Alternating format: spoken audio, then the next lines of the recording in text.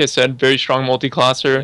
Yeah. I'm hoping he pulls out an elemental shaman card, to be honest. Yeah. That'd be fun to see. Camo, I see you chomping at the bit, man. How are you feeling about this series tonight, dude?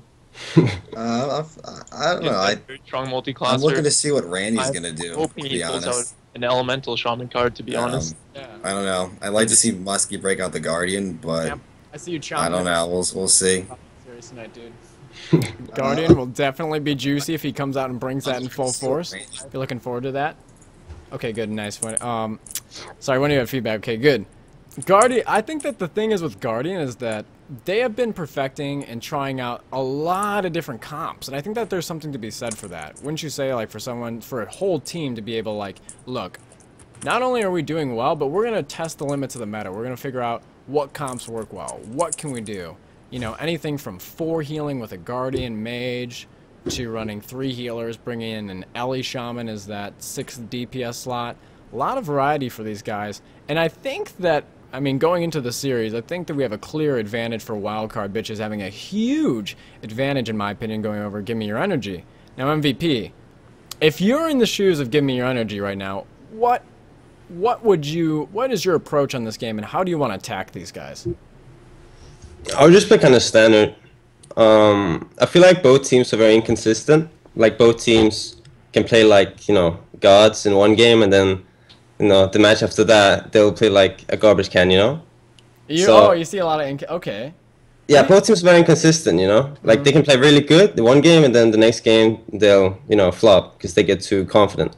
Now, from my perspective too, I feel like Gimme Your Energy, they're one of these teams right now in the NWL where, Gino, everyone knows Gino. Gino's a good guy. He's in here to have fun, but they're trying to find their foothold and what comp's working for them.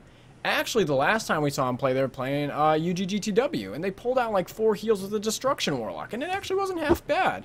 I mean, it was one of their better looks so far, which sounds really goofy, but they had a lot of sustainability in mid. They ended up not being able to cover the objectives very well.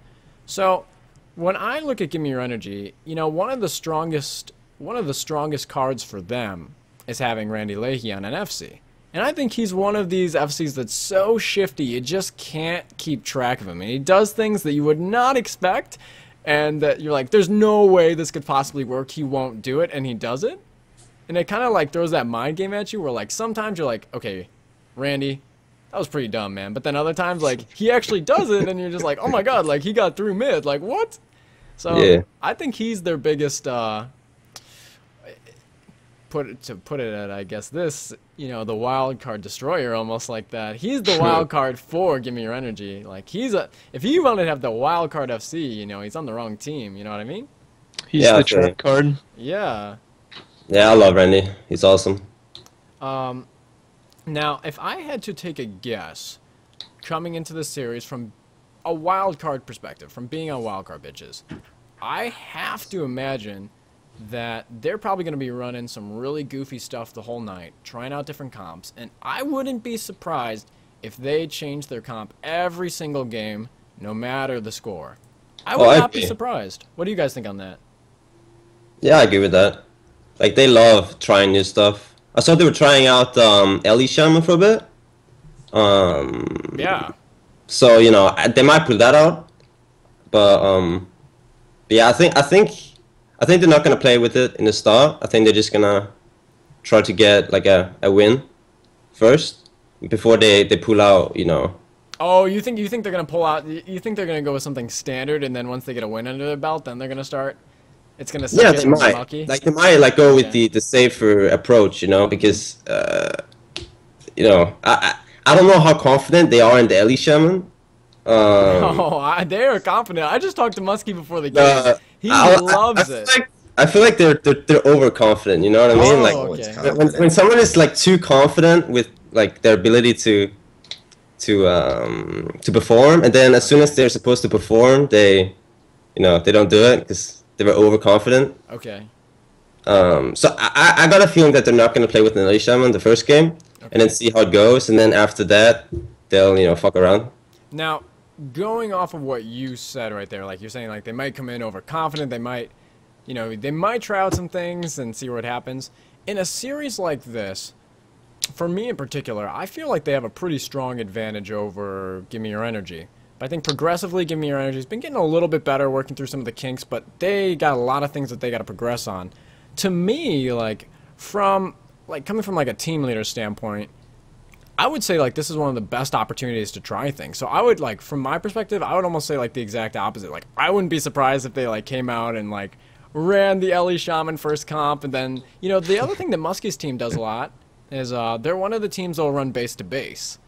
And I would not be surprised, even if they won the first game and dominated mid, if they went base-to-base the second game, just to do it.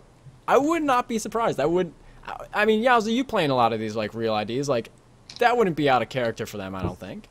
I mean, typically, if they cannot control the midfield, of course they're gonna swap it up and they're gonna run the O and D strat. But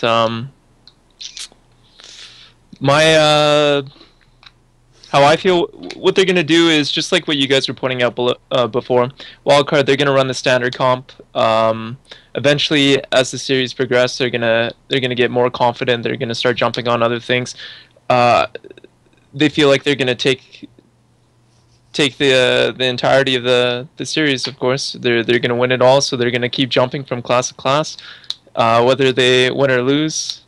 And as far as Gino's guild, Give Me Your Energy, I think they're struggling to find their mojo, so they're going to be swapping players around. They're going to be swapping compositions, like what you said earlier, the Destro lock. They're going to be just rotating, trying to get the groove on. And I think that one thing that even we were talking about like before the series started earlier tonight is when we were looking and previewing the rosters for both teams is, Gino's team, like Give Me Your Energy, their roster from the start of the season to now is completely different. Even though you may not recognize a lot of the faces, they've gotten a lot of new players too. So not only are they trying to swap comps, figure out what kind of team they want to play, like 4 heals, 3 heals, do they want to play mid, do they want to play base to base, they're also swapping around personnel too.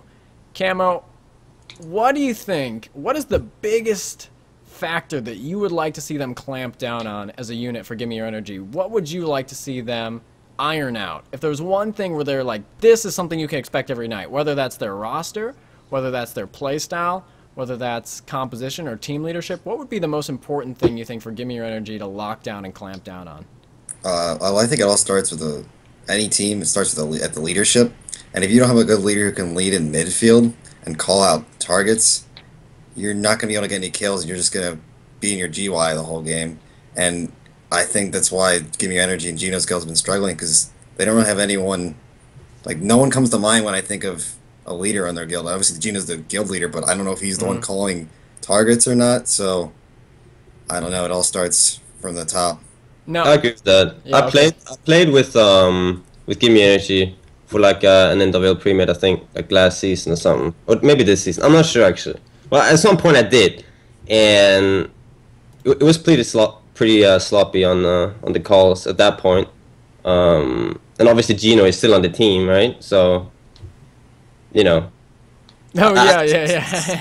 He's gonna make the calls now if he didn't do it back then, And even if he's gonna do it, I don't think he's improved a lot because he hasn't practiced a lot. Like Wildcard has played a lot, like pre-mates, and practiced a lot the past couple, like 2-3 weeks.